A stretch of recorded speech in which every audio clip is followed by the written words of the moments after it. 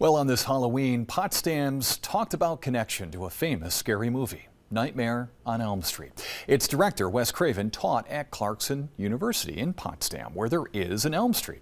And as 7 News reporter Sean Brinda found out, the urban legend doesn't stop there. This time of year, people in Potsdam may start talking about Elm Street. Add in the words nightmare on, and you have yourself a very well-known series of scary movies, starring Freddy Krueger, directed by Wes Craven.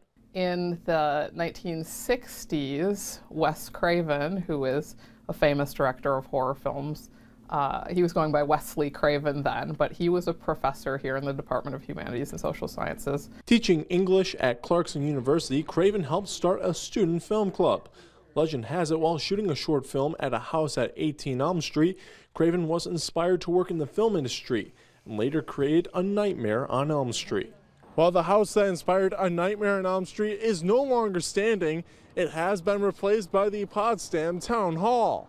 Potsdam Museum Director Trevor Blank says there's one other odd connection that Potsdam has with the first script drafts for Nightmare. The original name of the town in Nightmare on Elm Street, the film, was Madstop, which is Potsdam spelled backwards. So it was a not too subtle homage to the town in a lot of ways. Craven passed away in 2015 and had denied the connections of the urban legends connecting Potsdam to his movies. But still, at this time of year, the talk returns and people ponder if Potsdam helped set the stage for one of the greatest series of scary movies ever. Sean Brinda, 7 News.